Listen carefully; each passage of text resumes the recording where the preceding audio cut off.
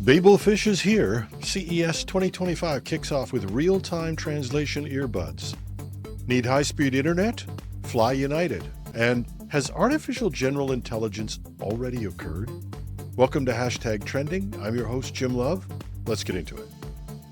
This Tuesday, we have another special edition of our interview program, Afterword.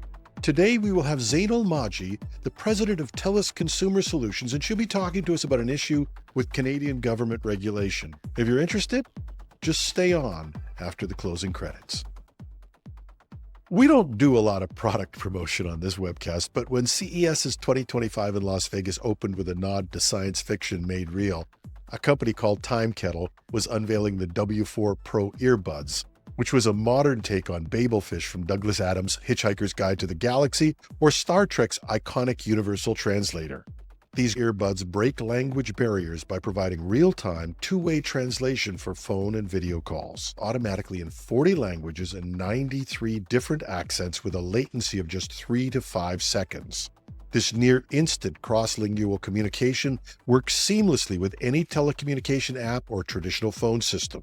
Users can even share one earbud with someone else to facilitate face-to-face translations, maintaining the same low-latency response. Powered by Timekettle's Babel OS, the earbuds enhance the translation experience by anticipating dialogue, offering customizable lexicons, and capturing human emotion and tonality, making the dream of universal communication closer to reality. Beyond translation, the W4 functions as a standard Bluetooth earbud set for music and calls. They offer 6 hours of continuous translation and an extra hour of use after a quick 10-minute charge. Priced at $449 US, the earbuds are available now on Timekettle's website and, we assume, the Bridge of the Enterprise. I'm sure you've noticed that it seems like everything you get in a flight is now an additional cost, from luggage to seat selection and even to use their painfully slow internet.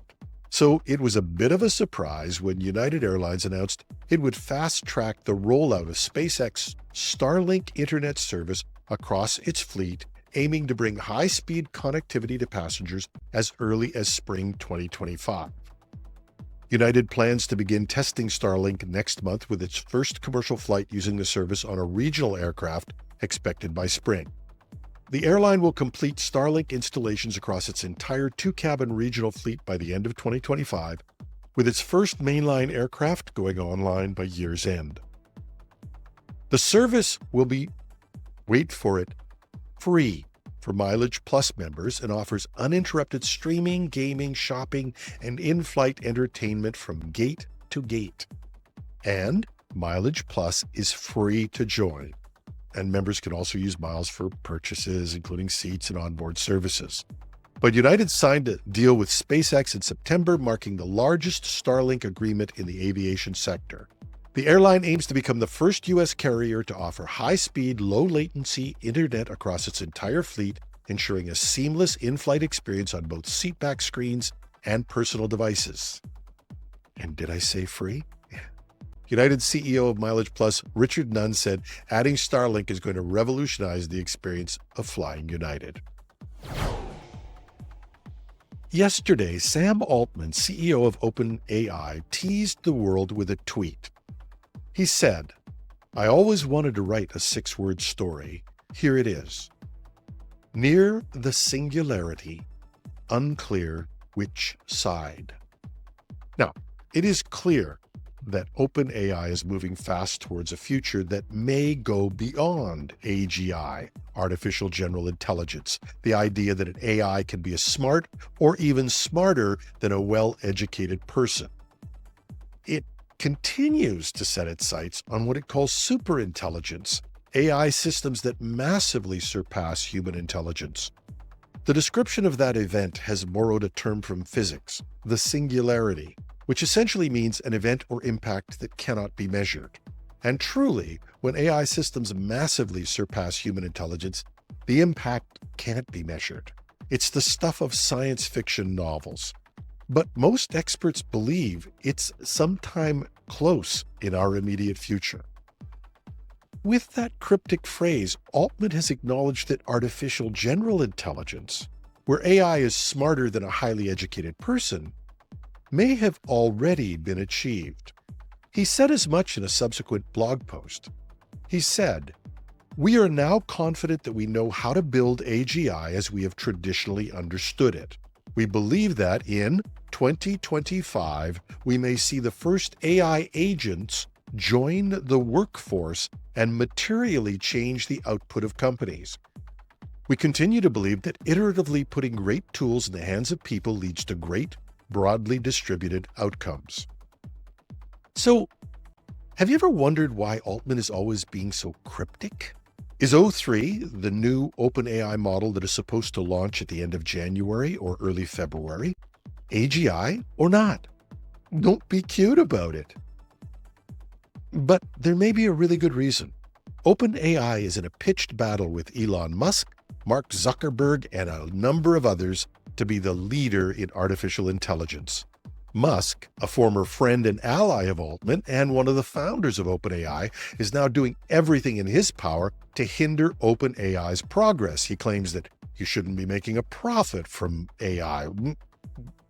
I'm sorry, I got to choke that one down because there's nobody who's more concerned with making a profit than Elon Musk, and he has his own AI that he's trying to sell right now. In fact, he's tried to lock down NVIDIA's production of its new GPU chips, and Musk has the money to do that.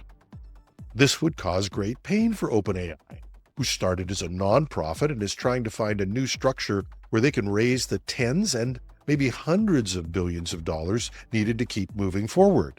Now, despite its relative commercial success, with a growing number of corporate clients and retail subscribers, estimated at 300 million or more a week, OpenAI is rumored to be losing close to $45 billion in this year alone. And that's just operating losses. There's still tens of billions of dollars of investment needed to move this forward.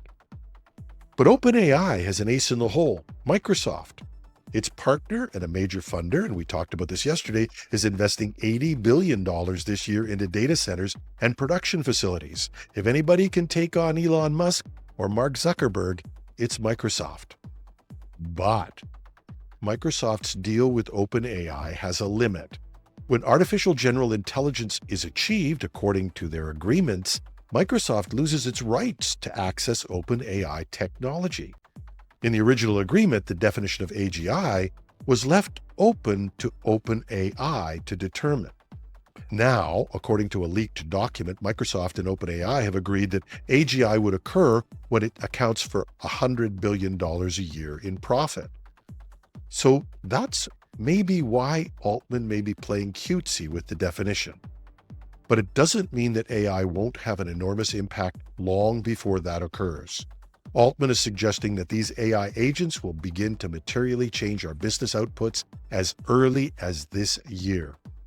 OpenAI's latest model, known as O3, is raising eyebrows. The O3 model has achieved breakthrough results on what's called the ARC AGI test. It measures how well an AI can adapt to entirely new problems without relying on past training. ARC challenges the AI to figure out the rules behind puzzles it's never seen before. Imagine being shown several examples of shapes moving or changing color based on hidden rules, and then being asked to predict the outcome of a new puzzle. For humans, this type of reasoning feels natural. It may be difficult for some, but it feels natural. But for AI, it's been a major barrier until now. The O3 model's success on ARC suggests it can generalize knowledge and solve problems in ways previously thought to be unique to human intelligence. This is either a critical step towards AGI, or it may even be the achievement of AGI. However, there are still significant gaps to close when it comes to efficiency. The human brain operates on just 20 watts of power. That's roughly the energy needed to power a light bulb. In contrast, running a model like O3 requires thousands of watts, and on a single task, it may use enough power to run an entire household for 2 months. But that's only one way of seeing the problem. If you express it in terms of cost, you might see this differently. A frontier model costs somewhere between, best estimates we can see, $17 to $20 per task in what's called a low compute mode. While that might seem expensive, it highlights how AI is becoming competitive in tasks that require advanced reasoning and problem solving, though with a much higher energy footprint. How many complex problems do humans solve per hour? And how much do we pay a human per hour? And O3 may solve another problem. We are running out of data to train these new models, not only because the vast amount of data that's available has already been used, but there are also legal issues and new barriers making getting what little new data they can find more difficult and more expensive. But a new model that can learn from situations it has not been trained on, well, that would constitute an incredible breakthrough. And in last month's 12 Days of Shipmas, do you remember that Altman and Cruz showed how they could already fine-tune a model? In other words, take that model from its training and add some new training to it with as little as a dozen new prompts? Combine that with O3's ability to solve new problems. So here's the bottom line. Altman may be afraid or limited in what he can call this new development, but the impact will be huge on all of us. And that impact is coming faster than we might think. Or, to put it as Altman did, near the singularity, it's unclear which side we're on. That's our show for today. Remember, stay tuned for Afterword, our interview show. This week we have Zainul Mawji, president of TELUS Consumer Solutions. You can find links and show notes at technewsday.com or .ca, take your pick, and you can reach me at editorial@technewsday.ca. I'm your host, Jim Love. Have a terrific Tuesday. Welcome to Afterword. I did stories on this topic before Christmas, but I wanted to run this interview when everybody was back. Zainul Mawji is articulate, intelligent, and she's got a point of view. We had a great conversation, and I wanted to share it with you. Check it out. Welcome to #Trending, Zainul. Thanks for having me, Jim. Great to be here. I want to thank you for joining us today. You've raised some interesting questions about a recent government ruling, at least, and it's a ministerial decision to reverse a CRTC ruling, I think is what would be fair to say. And I think it's also fair to say that you're absolutely opposed to the minister's decision. There's some strong language going so far as to call it overreach or picking winners and losers. But before we talk about that, can we just share with our listeners the context, what the CRTC decision was and how they got there in the first place? Yeah, so maybe to make sure that we don't bore listeners, we're talking about internet services here and the fixed networks that they ride on. And if you think about it, there's layers of those networks. So there's connections that go directly to your house. Typically, every home has a cable connection and a telecom connection of some kind. So there's redundancy with those two connections. And then for the last 30, 40 years, there's been a framework where others that are not providing that regional service right directly to your house can share that last mile, can share that network so that they can also compete.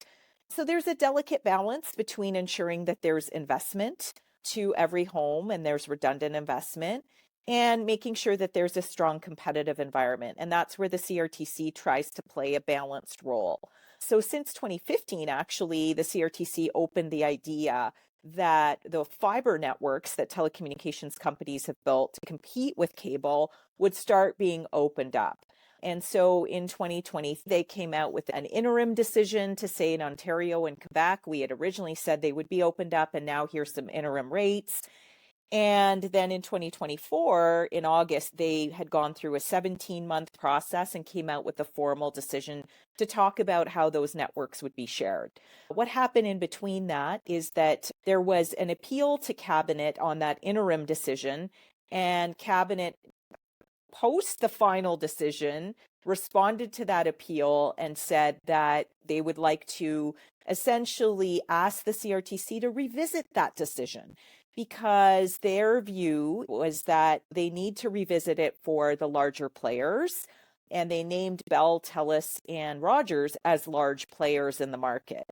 which is really interesting in Ontario and Quebec because we have, as TELUS, the absolute lowest market share of any provider. We're very much a new entrant in Ontario and Quebec. Now, we would be considered a large player in the West where we've built our own networks. This concept of sharing networks to make sure that we don't dig up your flower bed 4 times and waste a lot of money for that last mile, that's really the intent of that ruling.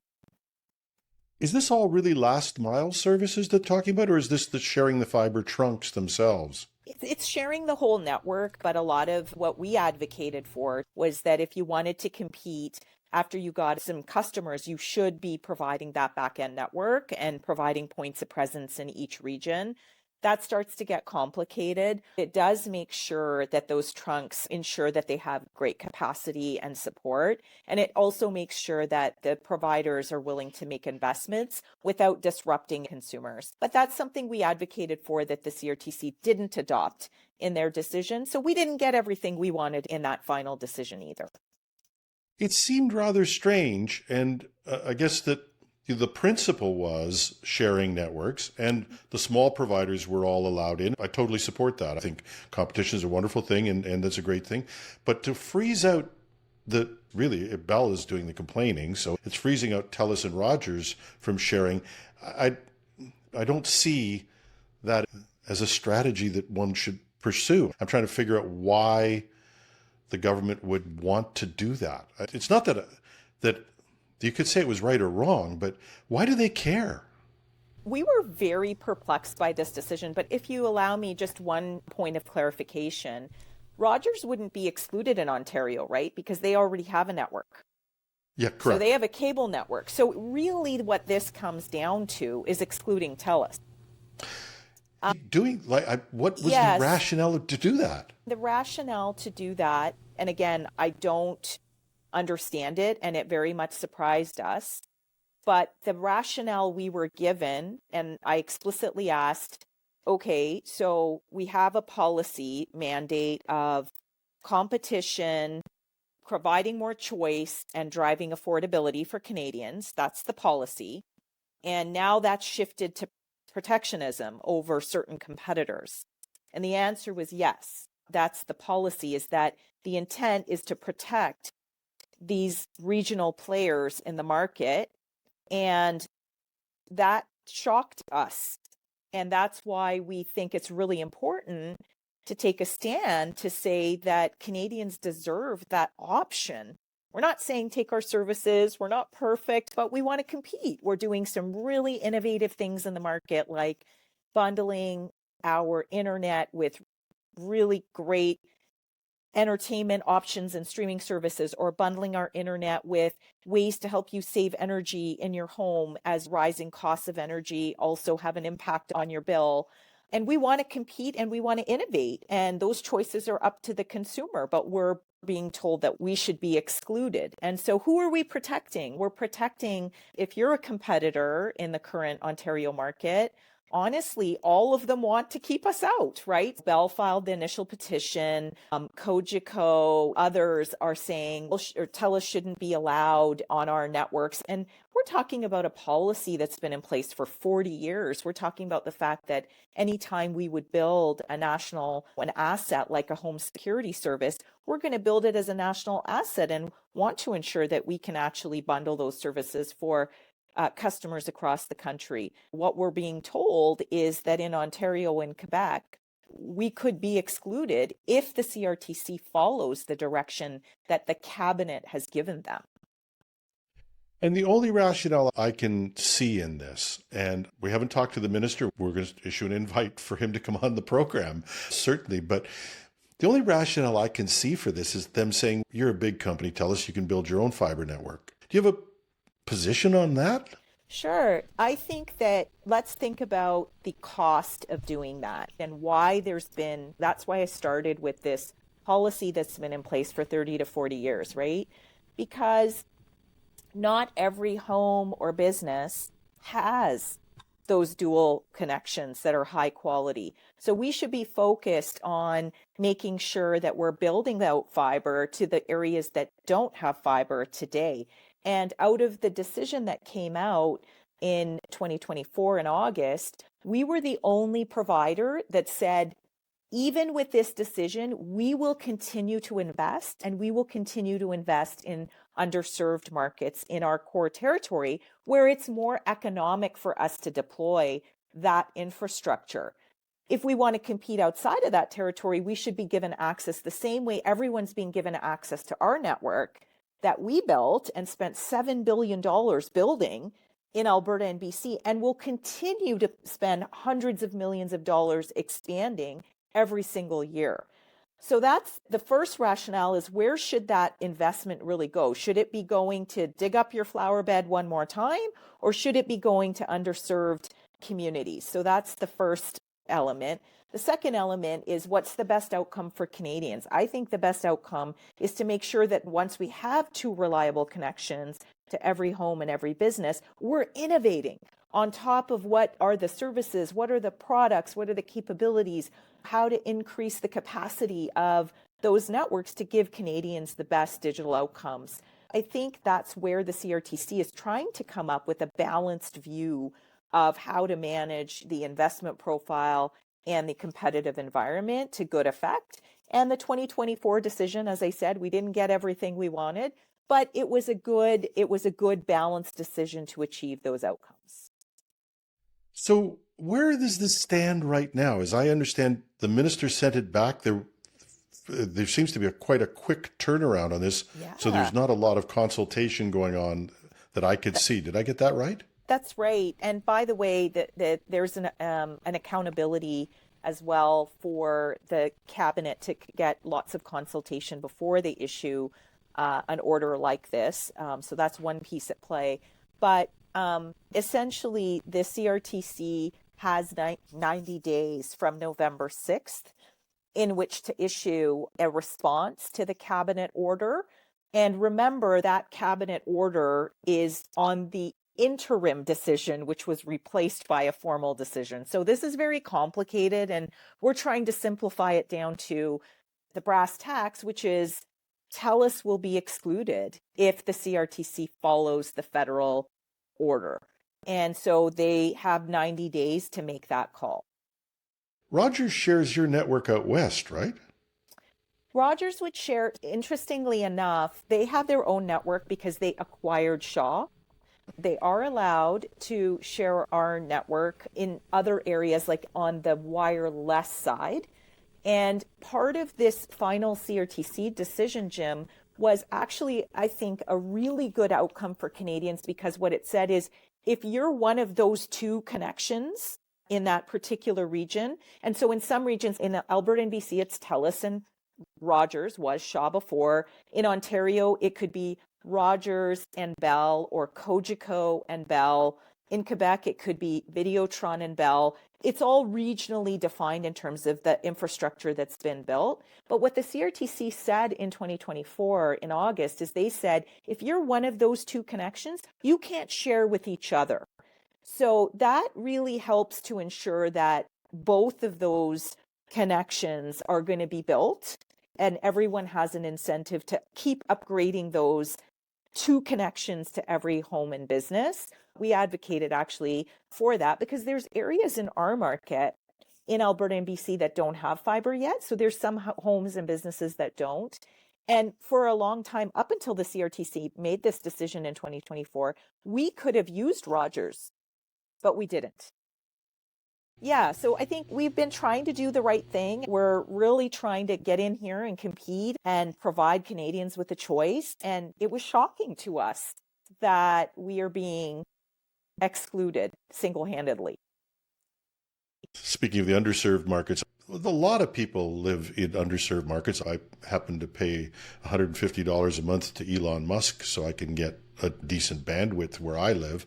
I get the most emails on this topic. How can we do better at serving underserved areas? And not just people like me or Cranky, but Indigenous populations, people who can benefit from this. How can we do better than this? This question, because we have a responsibility. And I've tried to say to any government who will listen, municipal, provincial, federal, that we've got to take a broader approach of how to solve this problem and bring our assets together to solve the problem. And a lot of times the feedback we get is you're a big company, you just care about your shareholders. And I'm trying to say, okay, but who are our shareholders? Our shareholders are, the fourth largest shareholder is our employees. Our shareholders are Canadians and pension funds.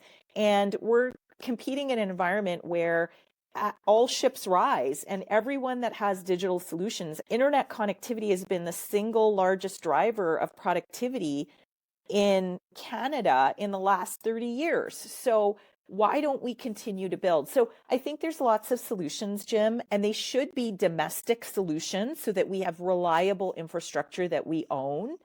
And they are things like there's going to be some very hard to reach places. Let's decide if we should reach those through better wireless connectivity. Canada has the highest spectrum costs in the world. Yes.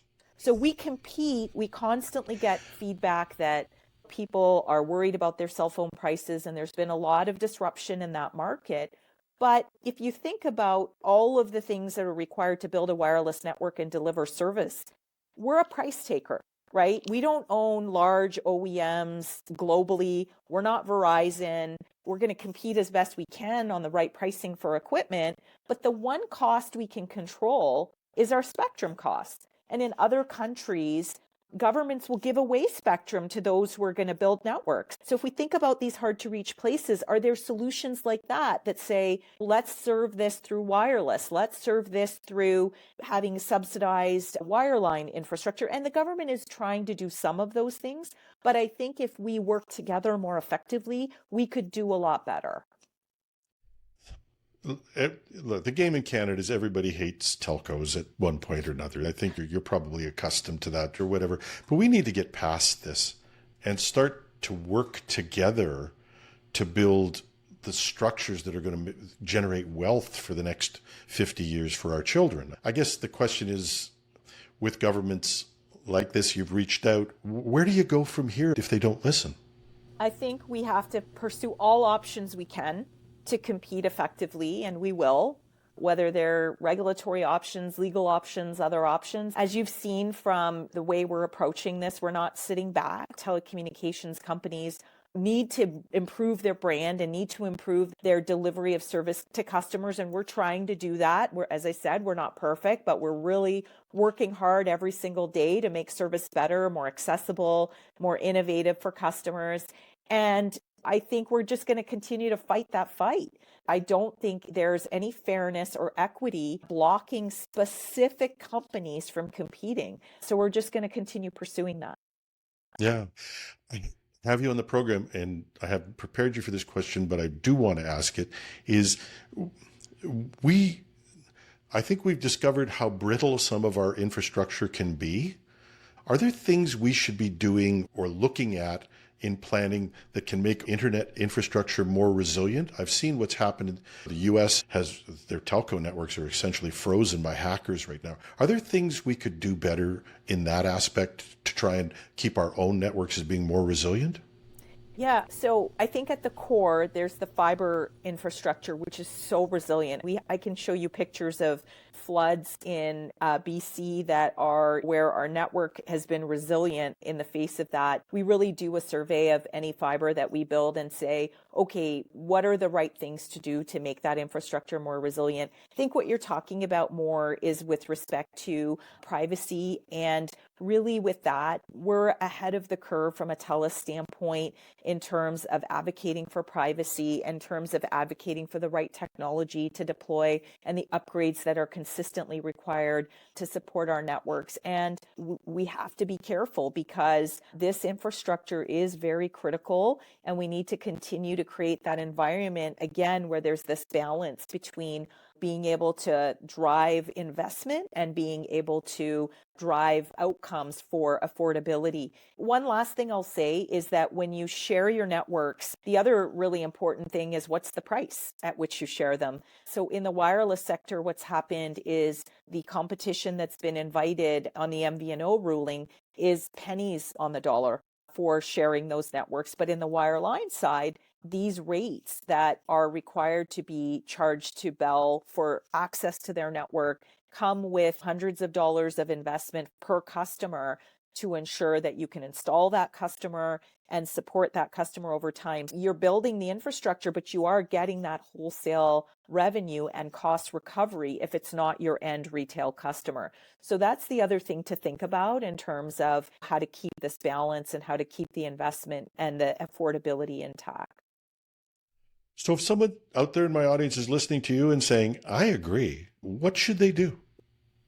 Please sign our petition, demand more choice on change.org, demand more internet choice. I think this is such an important issue. Like, I think about raising my own kids and telling them the prosperity of opportunities in this country, and how if you drive to compete and you do the right things, opportunities will open up. And so I think it's a really important issue for all industries, in addition to the fact that you need a stable regulatory environment to make the right investments and to understand like how you're going to compete.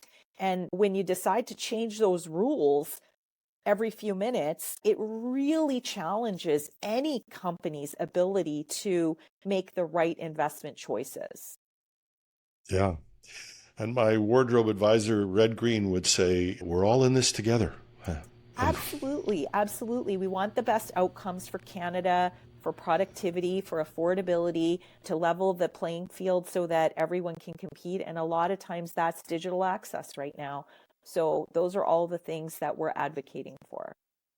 They should go to Change.org, the common website for petitions, and it's demand more internet choice. And that is what we're trying to ask listeners and advocates, and really all Canadians who care about fairness and competition and affordability and the principles that we should want to compete in our businesses for the end consumer. I think everyone should sign the petition.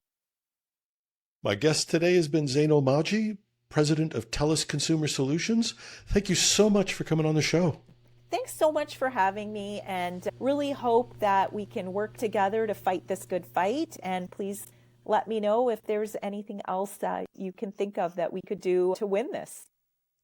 We'll be in touch. And if the minister would like to come on and explain the decision, we'll send out an invite to him as well. Great. That's it. Let us know what you think about this issue. Love to hear from you. Check out the website, change.org, if you want to be in on this yourself. I'm your host, Jim Love. Thanks a lot.